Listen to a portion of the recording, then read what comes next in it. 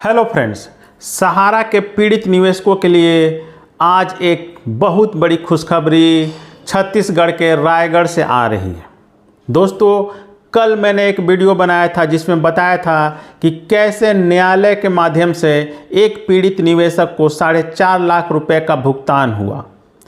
आज छत्तीसगढ़ के रायगढ़ से यह खबर निकल कर आ रही है कि वहाँ के जिलाधिकारी ने एक सहारा के पूर्व ब्रांच मैनेजर श्री ओम प्रकाश शर्मा की कुल 19 संपत्तियों को नीलाम करके सहारा के पीड़ित निवेशकों के भुगतान का आदेश जारी किया है।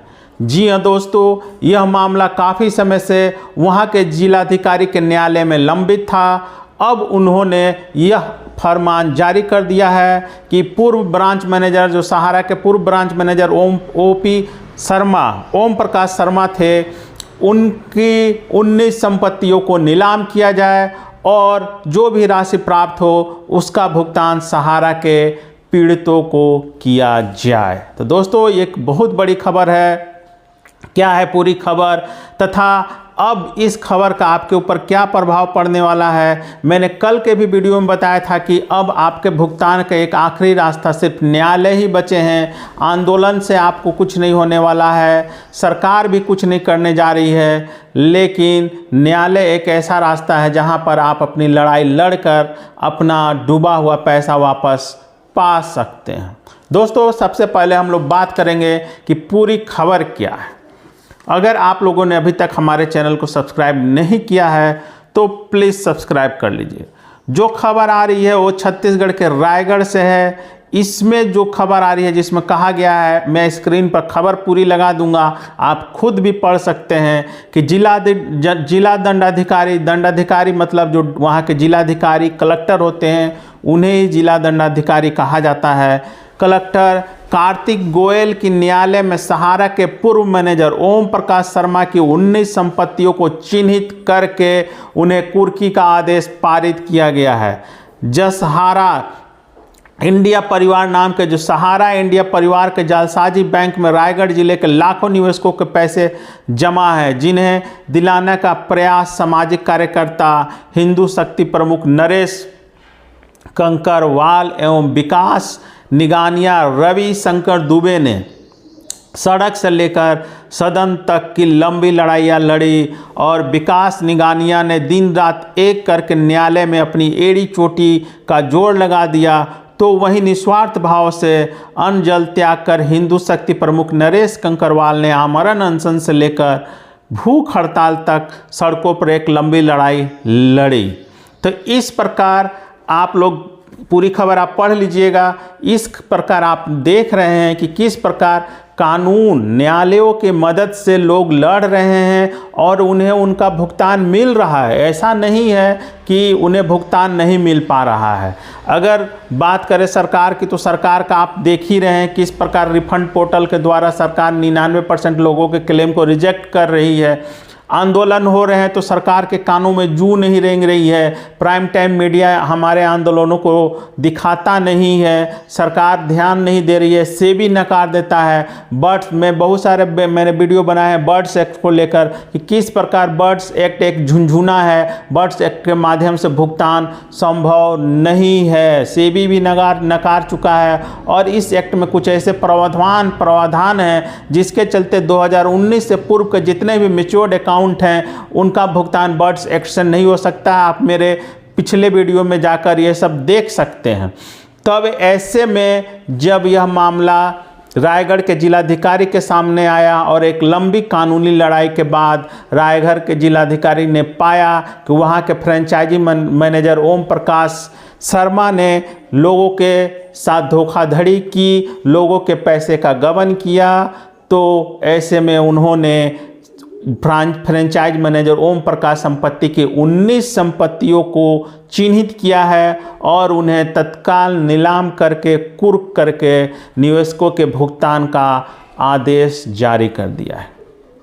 दोस्तों, आपने देखा कि किस प्रकार कानूनी लड़ाई के द्वारा, भले कुछ दिन हमें न्यायालय में समय लगेगा, 1-2 साल समय लग सकता है, लेकिन हमारा जो निवेश की राशि है वो 100% मिलेगा ही मिलेगा, वो कहीं नहीं जाएगा। चाहे इसके लिए सहारा की संपत्ति नीलाम हो या फिर फ्रेंचाइजी मैनेजर की संपत्ति नीलाम हो, लेकिन उसका भुगतान होना ही होना है।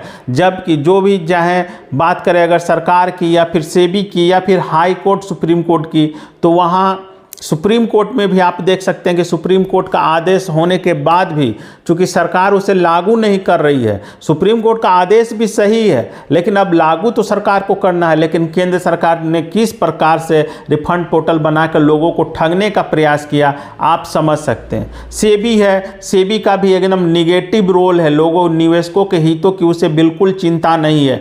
जहां एक बार मुद्दा आता है अडानी की जांच का तो सेबी 5 से 6 महीने में पूरी जांच कंप्लीट कर लेता है, और जब आम निवेशकों के सहारा के घोटालों की जांच की बारी आती है, चाहे पीएसीएल के घोटालों की जांच की बारी आती है, तो यही सेबी 7-8 साल से जांच कर रहा है और आज तक जांच कंप्लीट नहीं हुई है। तो आप समझ सकते हैं कि किस प्रकार से सरकार और सेबी सब मिले हुए हैं।